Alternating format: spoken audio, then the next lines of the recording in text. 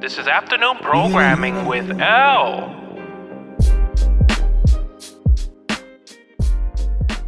Hey, what's going on, everybody? Welcome to, I had to look at one more time. I always do this shit at the beginning of every podcast. Episode 10 of afternoon programming.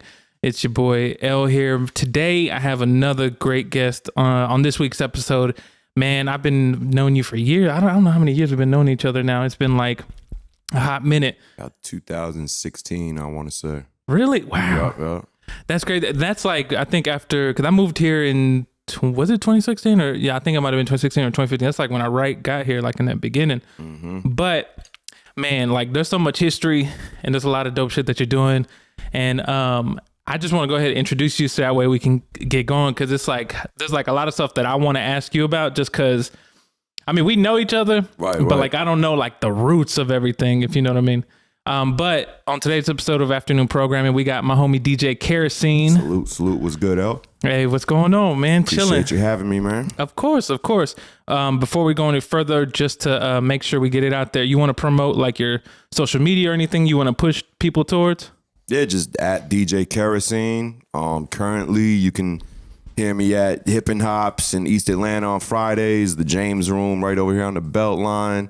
On Saturdays, I got my party, The Nod, Atlanta's only strictly boom bap hip hop party. And then you can kind of catch me in the concerts and shows whenever, you know, the true school, raw, grimy, boom bap artists do things in Atlanta. I'm usually gonna be involved. And you know, got a few other tricks up the sleeve too for the future endeavors. Definitely. So I wanted to like let people, if for those of you who don't know, man, so you've been DJing for like how long would you say? I got my turntables, the same ones I use now in 1998. What? So, for real? The same ones? Yep. Damn. In high school. Wow. Mm-hmm. Was it like, did you buy it with your own money? Was it like your parents? It was a gift from my parents. And I mean, obsessed with hip hop as long as I can remember.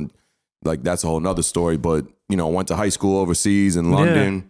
And at that time, I was really more focused on the rapping and the producing, to be honest. But with being overseas, a lot of the records that we listened to, like one only came out on vinyl and it was all imports and stuff. So a lot of my British friends and myself, like everyone had turntables just to be able to listen to the records. Of course. So that was the primary reason we wanted them, just to be able to listen to stuff at the crib. But you know, as the record collection accumulated, that's when, you know, when the house parties and other stuff starts happening, it's like, all right, well, Kerosene, you're the only one with records. So the DJing, to be honest, it just kind of fell in my lap. Okay, so it kind of just came with it and it just sort of naturally happened. And next thing you know, you were like, hey, you got turntables, let's do some parties or something like that. Wow. Do you remember when you first got your tables, what was the first record you got? Oh, nah. I mean, like, I definitely had some out of my parents and my grandparents' collection, but I can't remember like the first that I purchased. It was most likely, you know, some underground London hip hop from the late 90s though. Gotcha. Do you remember like the I guess what's the first record that you remember? Was it like a Nas record or was it like a Jay-Z? Do you remember, was it like Mobb Deep or something like that you can like? I mean, the first records is probably British hip hop. In all honesty, I mean, there's different records I had. Like, there's Nas records. I mean, even when I was doing like lounges and bars, DJing in high school, it's like the mentality of people going out. I think people were just much more open compared to nowadays. Yeah. As far as hearing music they're unfamiliar with, and people went out to discover new music. Exactly. So I remember when Nas's Like dropped, and it's just like, you know, you would have to take time out of your day, take the train to Soho, wait till the doors open, and, you know, hope you snatch it up before a bunch of other DJs. And I remember like that night, I probably played Nas's Like 5 times in a row at the party because you could just see people like, yo, what the fuck is this? Like, it's clearly Nas in Premiere, but it's like their first time hearing it. That. Wow. So I definitely remember experiences like that with specific records.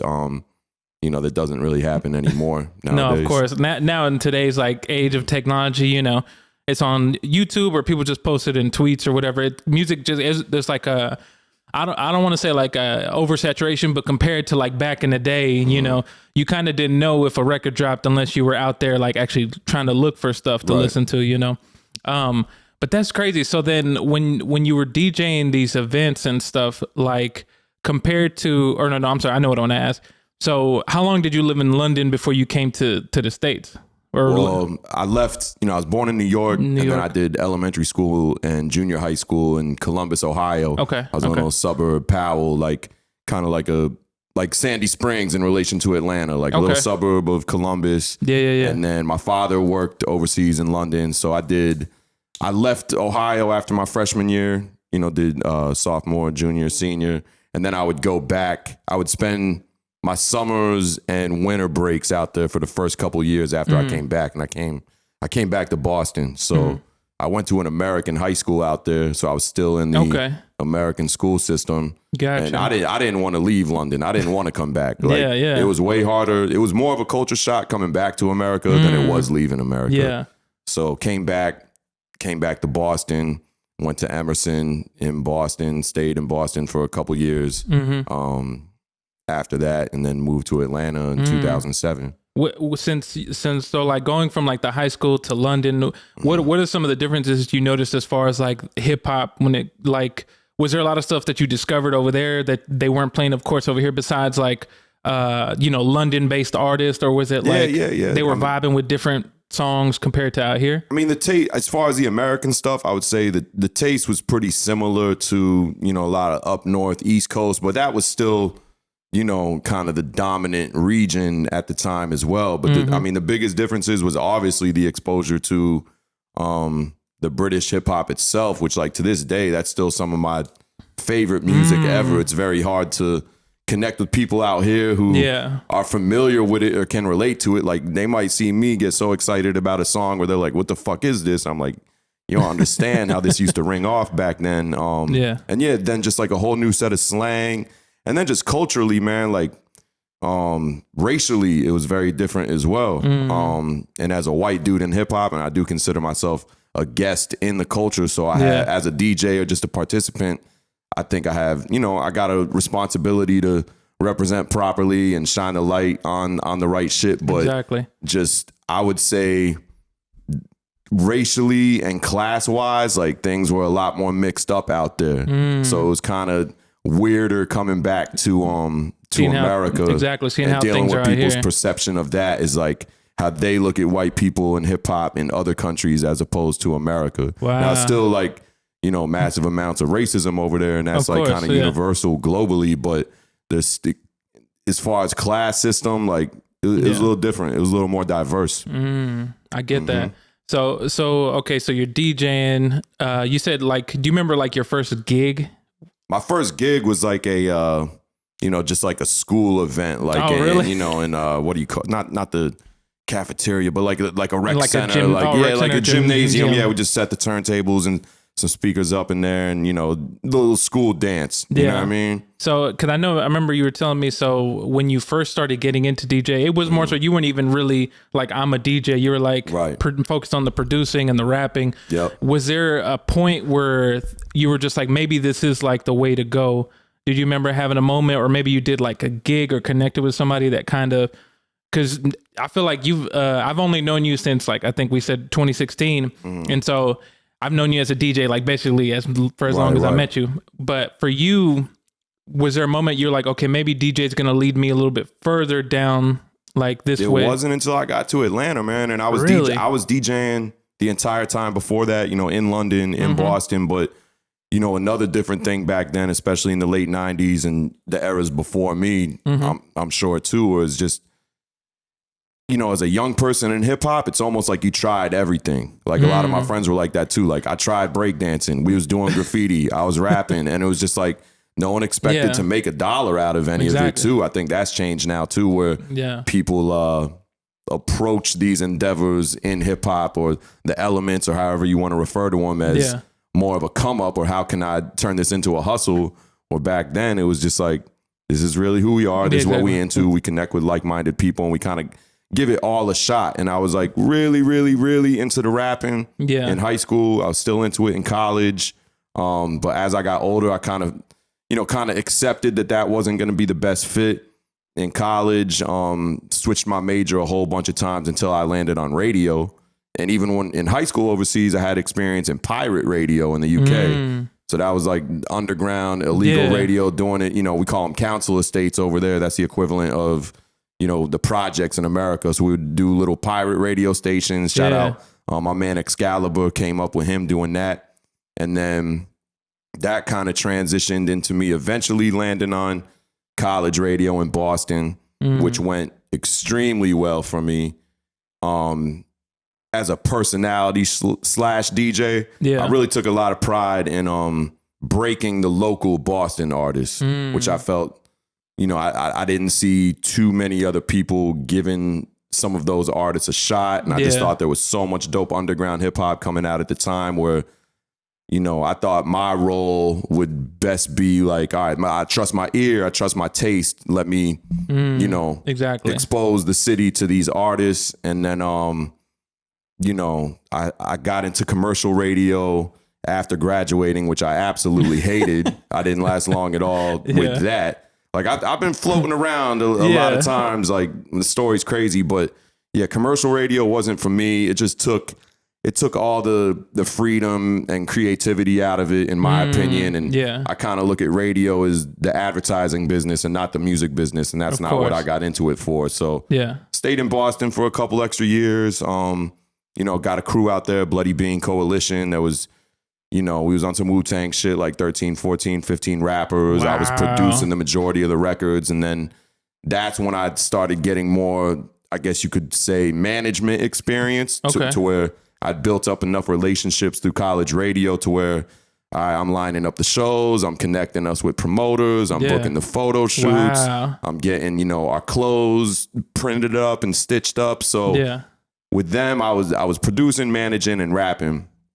Occasionally doing some parties here and there in Boston, but I also felt like I had to leave Boston at some point. If I stayed there, like, you know, it was getting way too expensive and just, you know, I guess you could say running around in the streets wasn't the best wasn't worthwhile. So I made a few trips out to LA, had some peoples out there, wasn't really feeling the vibe or that it was a good fit for me at the time. And then I made a trip down to Atlanta. I was supposed to stay for 2 days at the time. I stayed for 2 weeks. Then I drove back up to Boston, and a month later, I just moved down here. And I had no plan. I didn't know anyone. My man Prof Bundy, we ended up being roommates later, and we ran with a lot of the same people in Boston, but had never met in person. We both moved down here a month apart from each other from Boston in August 2007.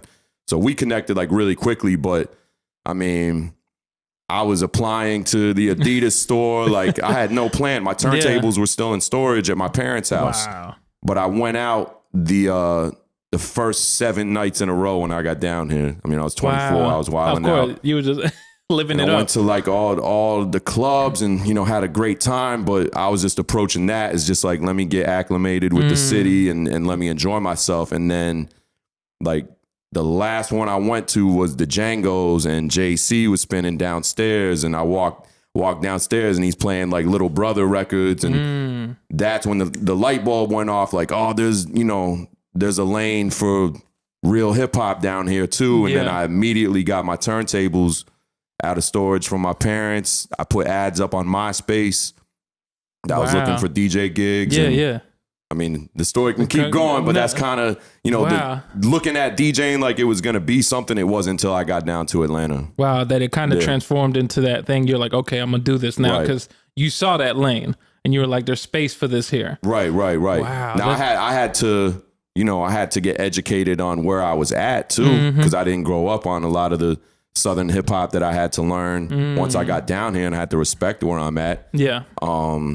Can't really change where I'm at, but I can offer, you know, my skill set as well. But yeah, I didn't look at like, oh, I'm gonna be a DJ. Yeah, exactly. When I was young, even in my early 20s, like I moved down here at 24, and then the light bulbs just kind of went off, and then the journey after that has really it's snowballed from there. Like there's been different waves, ups and downs with it. So okay, dope. So then to bring it back a little bit, because you said when you first came down here to visit, you said you were supposed to stay for 2 days. Right. 2 days. So how did like what happened that you were like how did 2 days transform into 2 weeks? Oh man. But like I said, my mind was set on leaving Boston. Yeah. I knew I had to. I came down here to visit a woman. Okay. Shout out to her. And yeah, I think like I was just enjoying myself, but then just getting to explore the city and like really having no expectations of what Atlanta was going to be like. And then just, there were so many different things that, shock is the wrong word. Just like, it was so different from Boston. Like everything was so spread out, but then I could be downtown and it feels like this is the real metropolis part of the city. But then I can be over here and it's just all trees and greenery. And then the cost of living was so low. And then the vibe was so different in the nightlife and the food was different. And I was like, this is pretty cool, man. Like, okay. And just, I think being young enough and not, being single, having no kids, not really having that many commitments to stay in Boston. Yeah. It was the right time to kind of just take the leap of faith. I got you. That makes a lot of sense. Cause I know for me, it kind of happened in the same way, not in the same way I say, cause like originally before I even moved here in 2016, 15, whatever year it was, I think it was 2016, I was initially planning to move to LA. Right. And that was the move. And because at the time, before I got into photography, before I got into any of that, I went to school for like film. I'm over here doing videos, shooting music videos back home in Arkansas. And then I was like working at this job and they were like, you get, I took like a week off from work to go out to LA. Cause I had like some friends out there who were all together living in this one apartment, trying to make it out there.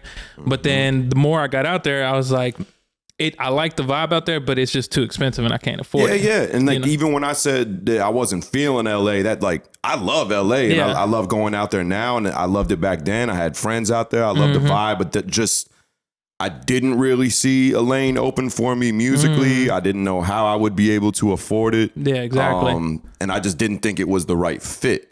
Whereas Atlanta, when I came down here, I was like, I think I could make something pop down here. No, definitely, because that's what it feels like when I got here, or like the stars aligned, as some people say. It's like I came out here and I'm like, yo, this feels dope. Kind of like you were describing, like the vibe is dope, the people are dope, the city, the way it's built and everything just is dope to me, And so I love this, and I was just like, maybe I'm gonna make this like my second, plant my flag over here for a little bit, And I love to this day, I mean, I spotted it real quickly back then, and it's still the same today. I just love the sense of community amongst the creatives, as we say. Like, exactly. And just even with DJing being one component of that creative community, just with there being room for everyone. There's more than enough venues. There's a lot of ownership down here. Exactly. So yeah, I thought that was real dope. No, definitely. So it brings me, so you moved down here to Atlanta and you're DJing.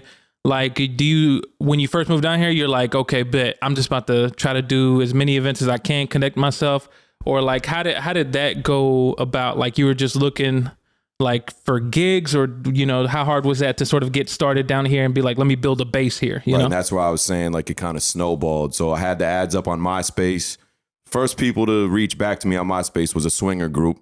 And I DJ'd at this bar that's still there to this day, Ideal Sports Bar on Lakewood Avenue. It's a couple blocks away from the Dungeon. Okay. Dungeon family, Outcast, Goody Mob. Shout out to them. And I got booed the first time I DJ'd. Wow, like, really? Not like tomatoes thrown at me or whatever, but like I came in there playing a whole bunch of Mobb Deep and D-Block and Wu-Tang, and they weren't trying to hear it. Goddamn, shawty, where that Kilo Ali at? And I was like, I didn't even know what Kilo Ali was. Like, so I had to get educated. I had to recognize where I was at. And then I remember I went back to my apartment that week. I probably didn't see sunlight for like a week. I just studied the music and downloaded as much as I could and came back. And I looked at that venue as kind of like my training grounds to get comfortable musically in Atlanta. Of course, yeah. And then, I really, came up, I would say, out here on Peter Street. in Castleberry Hill. And like my man Bundy, he was doing security over at M Bar. And I would just I would record mixes at the crib, burn them on CDs, and just kind of run around the city and just leave them with the bartender, try to find out who the owner or manager was and leave them there. And Bundy kind of plugged me into M Bar. Slice, legendary Slice was next door. Wow. The bartenders over there were real cool. And I just kind of got in there, that they listened to it. They gave me a shot. M Bar, there was a big group of promoters over there. They were part owners and promoters called ATL Bars. Okay. Shout out Mel, Malik, and good peoples to this day.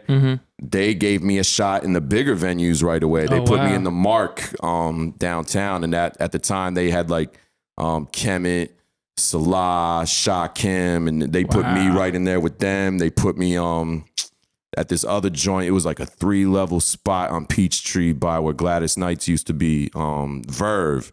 They put me in the main room at Verve. So it was like people just really taking a chance on me. I remember the promoters at the time just thinking like my musical selection and my sets was just a little different. They weren't used to hearing, someone throw on a Beatnuts record like at the peak of the night. And then once I got in Slice, like that was a really good fit for me. And the community, even in that bar and that lounge, like a bunch of us are still personal friends to this day, even if people have moved out of the creative community. So I just think the camaraderie over there was real beneficial to me. It was just on some Cheers shit where it's just you show up and everyone's gonna know each other. You're gonna know the DJs. The DJs get to know the crowd real well, and then things snowballed from there too. Like I remember, I would throw on a random record. I throw on a Prodigy record and I'll meet someone. I remember I met this kid, the C Students. He was a promoter, and he's like, "Yo, I'm booking this dude K Dot. I got this guy Kendrick Lamar coming out here, at Masquerade, like this guy Dom Kennedy is opening for him, and Schoolboy Q and Sci-Hi, when they were the opening acts, and man, wow. So you saw a lot of early artists who now are like crazy big and up there. But just my way of landing those was like completely different from nowadays. Like when younger DJs are like, how should I go about trying to find gigs or get my name out there? I'm like, I kind of went about it in a way that you can't do anymore. It nowadays. You know what I mean? There wasn't even Twitter out yet. My space was on the way out, but I mean, definitely no Instagram. Social media wasn't popping. It's crazy because back in the day, you basically had to take a more hands-on approach. Oh yeah, and versus nowadays, you can just like send a DM or a message now. Right. But I loved it. I'm thankful for having that experience because it's like, like when Instagram went down the other day, it's like I'll be fine. Like I know how to function without it. Like I did that wave in London, Boston, and when I first got down here of not being able to utilize things like that. So now those things are just a bonus. Those only add to it. Now with people from my generation, like we got to learn how to navigate social media, those digital arenas as effectively as like the folks younger than myself that are like doing it. And it's crazy seeing how a lot of them are doing it nowadays, like with social media and stuff, which I wanted to ask you, how do you feel about, do you think, because I know a lot of DJs besides you and just like everybody is like super dope with the way social media is now. Back in the day, DJs were like basically like your record breakers. They were the ones putting people on to stuff like that. Now that we got Spotify, Twitter, and people and artists can post their things, do you think the importance of a DJ has gone down, or do you think it's become even more important to be like a quality DJ? I think it's shifted. I think it's changed. I wouldn't say it gone down, but just people consume music entirely different. Like when I'm telling that story about the Nas record and people going out to discover new music, unless it's a event specifically curated for that, or the owner of the event is known for that, and people know to go to the event for it. People don't really go out for the same reasons. I think now it's just like, and a bunch of my OGs and peers and friends in the DJ game always pushed me to be like, you can't just chase these random gigs or residencies anymore. You kind of got to have ownership over something, and then have, I know everyone likes to say like on Instagram, like we're all our own brands, but if you're in a profession and you can utilize social media to make money from it, then yeah, branding is very important. I think the DJs have shifted more into a brand space. I could see that. And I think it's going to be in a whole nother space in another 5 to 10 years when, you know, my theory is just the virtual realm is just going to, I think people are really underestimating how heavy the virtual entertainment is going to be in the next 5 to 10 years and what the role of a DJ will or won't be at that point. No, definitely. That actually makes a lot of sense because I was thinking about, there's like parts of me, like, because I was born in 89, right? And so I kind of grew up in a little bit before the internet really took off. So I knew a little bit of what you're talking about before when Instagram went down. I was like, oh, okay, it's normal. It is what it is. I took a nap. And then you woke up and it was back on. Right. I was fine. But it's so interesting the way that, like, I'm always surprised at for example, like virtual reality. Let's talk about that for a second. Like, how it started and now it's like there's crazy, like, as far as like quality, like, you know, if you ever played a video game, like these things just keep getting better and better and better eventually to where it almost looks like it's real. Right. And so I'm like, damn, because a part of me goes, why do people want to do this and live in this virtual space? And I'm thinking that maybe they're going to have like these virtual parties and you know what I'm talking about? And then DJs can DJ from their house, but still do this like virtual reality type of thing. Cause COVID and the Twitch, the streaming era only accelerated that. Exactly. You know what I mean? With because people being scared to go out, so they're like, well, I'll stay safe here, but I still get to listen to a DJ that I think is dope. You know, this kind of that when you say that, like, it's kind of crazy because it makes me think of like, you know, Selection, like their DJs, and like they have like a somewhat of a sound, almost like they curate for a specific type of vibe and shit like that. And so I think what you were saying earlier makes sense because I think things are shifting. Do you think it's going to be more so like, how do you think it's going to shift is what I'm trying to ask. I'm hoping that I got other hustles in place at that time. Cause like, I don't want to be the dude like fighting it and the old head where it's just like, it got to go back to the way it was when I was coming up. Cause it's never going to go back. But, I think the algorithms are going to get so advanced. I think, you know, with the technology developing exponentially, you know, when it gets to the point where, you know, maybe we'll see a new iPhone drop in every 3 months. Or, you know, there won't be DJs working in nightlife in the capacity that they are right now. I think it'll always exist to some extent. But it's like, I don't really want to be a part of it, like in that realm. I think the face-to-face and, you know, the people getting each other's pheromones and all that, and just the experience. I just think, you know, call me old school, call me traditional. You know, I think that always needs to be there. Now, during quarantine and during COVID, like,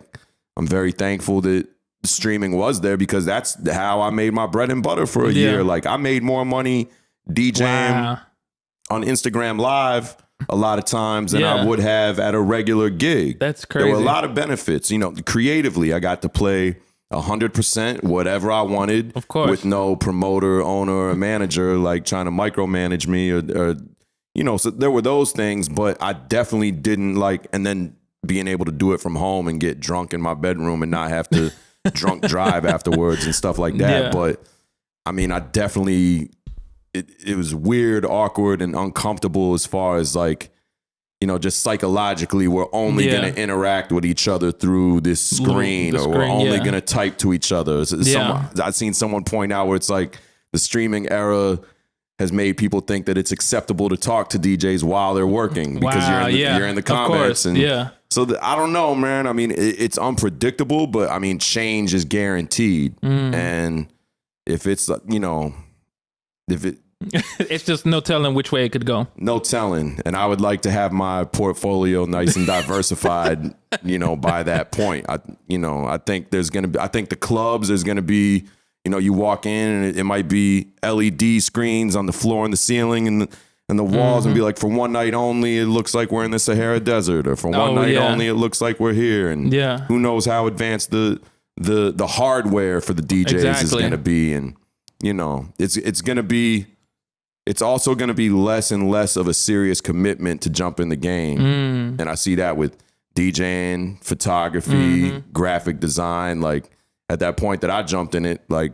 Yeah. You had to be real serious. Yeah. You definitely had to have more money, make a financial commitment and a time commitment. Yeah. If I got to take the train for hours there and back and spend this money on the physical records, like that's not as simple as just, what you can do nowadays. So definitely. Yeah. I just expect people got to buckle up, man. People got to buckle up. No, definitely. All the information that you're dropping is crazy because these are some of the things I think about too, because what you were talking about, like a possibility of like, all right, this one night we're going to be in the Sahara Desert. I don't know if you've seen these things. They've been happening not just in Atlanta, but in like the bigger cities where they're like, come look at these Van Gogh paintings that are like just super things. And I'm like, who is that? I'm like, okay, they're trying things to see what's going on. I'm like, I wonder if that could be like a thing where, all right, y'all, this is the theme for the night. I'm talking about like you're saying, the Sahara Desert, and it's a DJ, dance floor, bar, whatever. Right. And so I can only imagine how crazy advanced the technology is going to get. Cause I mean, you see like from iPhone to iPhone, they just keep upgrading it. And then every other phone as well, just like how quickly things are like ramping and speeding up, especially if you notice it during like quarantine when you were stuck at home, like you said, streaming and everything just launched and stuff. Right. And so it's just super wild because like you said, there's a party that kind of like we should always have parties like in a space where we can all see each other and you can feel that energy. Right. Because like I've been in those places like with you, if you're DJing or like Raw, we know like where you play that one song and then it just like gets everybody turned up, or they just like, oh shit, they didn't expect to hear that song, feeling that energy. It's the same thing like a performance to me. And just the fellowship element to it, and just I just never want to have to strictly 100% rely on the technology. And that's kind of where, like, for lack of a better word, the branding comes into play. Like, for example, how in this market, I just take pride in, a lot of times I'll say, if you book Kerosene, you get Kerosene. And I feel like there's 1,000 jukebox DJs. There's 1,000 DJs that are playing the same 100 songs every night. Yeah. To where I want to be one of there's many other DJs like this too, but I want to be one of the DJs where, you go out and you don't even have to see that it's me. But once you hear the music and be like, yeah, that's Kerosene. Like if a Griselda artist, if an underground artist drops a new album tomorrow, I'm like, there needs to be somewhere in Atlanta that you can go to hear it. And I want to be the person to provide that. And I feel that just establishing that brand or that trust with my followers or supporters, that when and if it does transition to something crazy and virtual, and hopefully I'll still be able to do something in person, face to face, and utilize the digital realm too. But they're not going to be coming to me for, it's so cool that I can put this helmet and bodysuit on and experience this. No, it's still going to be, I'm still going to this person for what they provide that I can't get from someone else. Exactly. Unless the algorithms get so advanced that it can provide it itself. No, definitely. I definitely get that. I wanted to touch on real quick about, you've had some like crazy gigs. When I say crazy, it's like the people that you've worked with, like the artists. Cause like I remember when you broke the news, you went on tour with like Nas and Lauryn Hill. Well, I DJ for an artist, Nick Grant. And, shout out to Nick. Yeah, that year he got a lot of amazing music on the way too. I said he's the best. I was wondering, the best rapper in the game. I stand on that wholeheartedly, and if you don't know that yet, you're about to find out. But yeah, 2017, we did one tour with Ab Soul from TDE. Okay. And then a few months later, we went on the Powernomics tour with Nas and Lauryn Hill. Wow. So how did that connection happen? Was it between like just people you knew and they recommended you, or is it kind of like? Yeah, I mean, that's with Nick and the label he was at the time, and a lot of his relationships, and he already had a relationship with Nas. Okay. The labels behind him were definitely putting their work in on the back end. Solidifying that connection, and it just kind of all fell in place. But even when we were on the Ab Soul tour, we did a date in New Orleans. We did the House of Blues, and we actually ended up having there's a private restaurant on the top floor of the House of Blues. Okay. And the big homie Shaka Zulu lined it up, and we did a private dinner with Nas that night. Wow. So like there was 6 or 7 of us. Scotty ATL was there. Oh, wow. Yeah, we had dinner with Nas for like 4 or 5 hours, which was crazy. It was a trip, man. That was definitely one of the most memorable experiences I've had. And then, right after that, to be on tour with those artists, with my favorite artists. Of course, Yeah, it was incredible. So what's it like when you hear the news like, hey, you're going on tour with Nas and Lauryn Hill? What's that feeling like? Were you like, okay, bet? You just kind of were like, whatever, we doing this now. Did you like celebrate it all? Or you were like, oh shit, I never thought. Yeah, it was a combination. There was the shock, like, oh wow, like this is really happening. But then there was the ego kicks in and the confidence, like, yeah, like this is where I'm supposed to be at. Yeah. And then just, looking at, all those years of preparation and passion for the music and sacrificing. It's like, it's paying off right now. You know what I mean? No, definitely. So like, did you get to talk to Nas at all? And you'd be like, yo, man, hey, I fuck with Illmatic's classic record, or was it like... I mean, that dinner, we talked about a lot of music stuff, and it was just bugged out to have, your favorite rapper sitting in front of you. And then it's like, this just sounds like I'm having a conversation with one of my homies. So like that experience took like any starstruck element I had about rappers and celebrities. It kind of, lifted that, removed that in a positive way. It was, he's just as laid back as you would expect. Real cool dude, man. That's crazy, but that's so dope. And then we can touch on, besides working like with great Nas and Lauryn Hill, how did you link with West Side Gun? Word. Well, shout out, the big homie Static Selector, came up with Static around, well, not with, but we came up around the same time. He had already been putting in the groundwork in the New England and Boston and New Hampshire area years before I had arrived out there. But, Static was killing it in Boston. He had, Show Off Records popping. He was doing like the street team promotions for like Interscope and G Unit and all that. So I was actually interning for Static after I left the radio stuff and after I got out of college. So our relationship was always cool.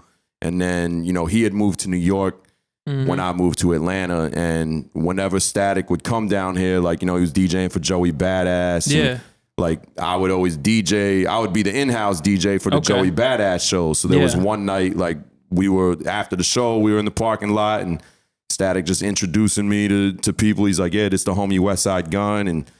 And this is like pre-Griselda. This is like still kind of street entertainment. And Wes had his CDs. He had the Hitler 1 CD he was giving to people. And we all went to Tree Sound that night. Joey was recording.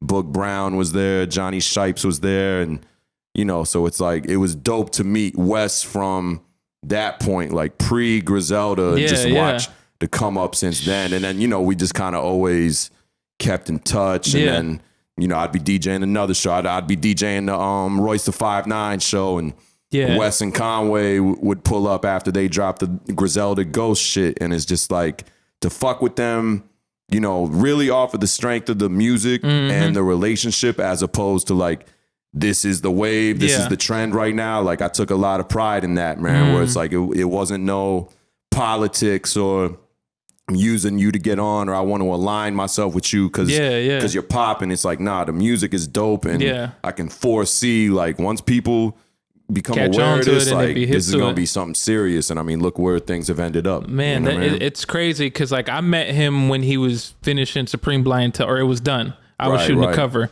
and I was, because you hit me, and I was like, okay. At first, I was like, I don't know who West is, but I was like, well, I trust, because I mean, for me, you only fuck with dope shit or dope artists, And that was a crazy night. I was sitting outside the gig. I was in the car, and like, I just happened to be, I think I was on Twitter or something at the time, and I seen West just tweet like, I need a photographer, quick, like if anyone knows anyone. But the timestamp, like, it was within the past minute. I must have seen it, like, I just happened to see it right when he posted it. So I just call him. I'm like, yo, man, I got this dude, Illmatic, man. Like, he dope. He do all my work. I just lined him up with Big Crit and like, gotta get this dude a shot. And then from what you told me, like, the numbers got exchanged and he immediately reached out, pulled up right away, and made magic happen, man. Yeah, it was super wild because I remember that night and everything. And like, just like, I'll never forget that. And so it's crazy because I wanted to ask you, so when you first met him, like, and you listen to the music, you were like, oh yeah, this is, it's gonna take some time. It's bubbling. It's gonna take some time, and it's just gonna blow. Wow, definitely, man. That's crazy.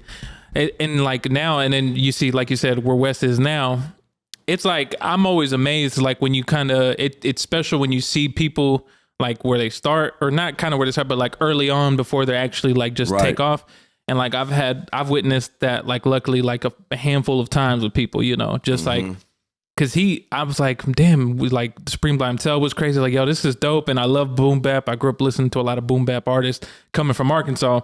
And then to see the trajectory of where he's going still, you know, right? Yeah, it's just like, damn, still only the beginning. Exactly. Right. And it's like, next thing you know, I remember after that meeting Benny, shout out to Benny the Butcher, and then Conway. I'm like, yo, all these, they're all dope as fuck. And so to know that there's still room for like boom bap, because sometimes, you know, in the mainstream, it's not really like pushed out there as much. Right.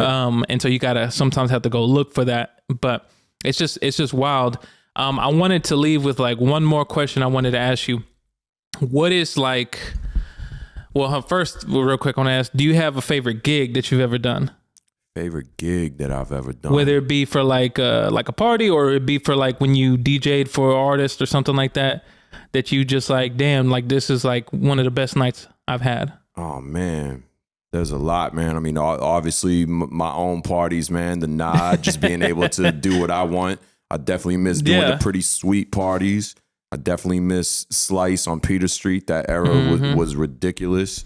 There's just so many to try to comb through, man. There's not like a particular one or like a top five. There's been a lot of concerts. You know, Fort Knox and I have done hundreds of joints out here. Yeah, the whole Nas tour. Definitely doing the Rakim and Big Daddy Kane at A3C one year was crazy.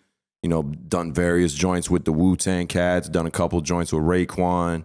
The Lock show was crazy. I remember you was with me that night doing the photography. They brought out 50 Cent 2 and Chainz, Khaled. I remember that was crazy. I was like, what the hell? I brought Wes and Benny to that show that night and like got them backstage and in the room with Jadakiss, and it's like, yeah, just to watch the artist's journey from that point.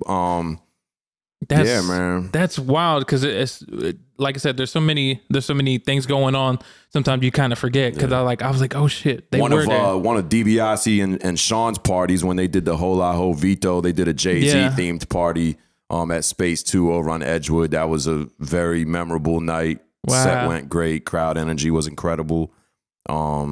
There's just so many, man. Yeah, so many. No, definitely. I need to reflect on that, so I got a better answer, man. No, it's all good, because like you're helping me remember. I'm like, oh shit, I forgot, because I be forgetting shit, and so like sometimes like, oh yeah, this shit did happen. I was there. I was here. Oh, and when I did 26 hours straight on Instagram Live during quarantine. I remember when you did that. I was like, yo, how is this man like you just kept going? A lot of energy drinks. Man. Nah, a lot of alcohol. And because it was just commonplace for me at that time. Like, I did this thing called like Stimulus Saturdays, and then I had a theme night called Cruise Control, where I would focus on like hip hop groups, duos, cliques, and all that. And then I would hop on sporadically sometimes. And it was just the norm where, you know, if I started at 10 o'clock, like I'll do 9 hours, 10 hours, 11 hours, like it was nothing. Yeah. And there was one night, you know, I think I started at 10. And around 1 or 2 a.m., people in the comments like, yo, you going 9, 10 hours tonight? And I'm like, hey, man, fuck it. Why don't I go 24 hours straight? And there's just something, how my brain works, I guess. It's like once I put it out there and like in front of people and publicly, it's like, all right, now I got to hold myself to it. Damn, and, I feel it, Yeah, halfway through it, I was like, this is the worst idea. I'm not going to make it. I wasn't talking on the mic anymore. I pulled a chair up to the turntables. You was like, oh shit. And then it started raining outside, and I just like something clicked, and I did a whole hour straight of songs with rain in the title. Wow. Then I did like a reggae set. Then I did a sample set, and it's just like the adrenaline kicked back in, got the second wind, and then before you know it. Holy Guinness Book of World Records supposed to hit me up. Like, I know. New Face, make that happen, man. Shout out to New Face. Then the last thing I want to leave people with is, do you have any you know, it's obvious you've worked with so many people, so many greats, and like your trajectory as well is just like, it's crazy just from, you know, being in London to coming back to the States to being exposed to a lot of things.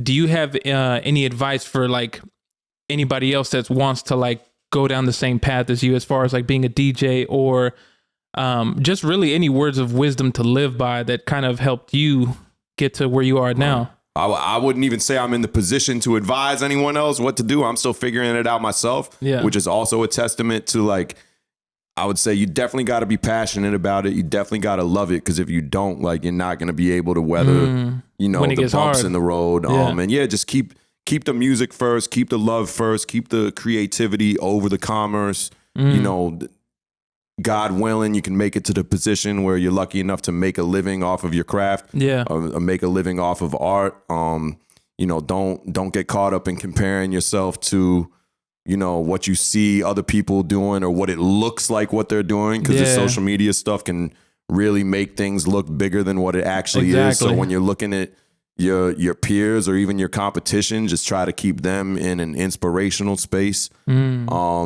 And just keep a balance, man. Stay disciplined, get ready to make sacrifices, and just keep the love first, man. Definitely dope. Appreciate that, Kerosene.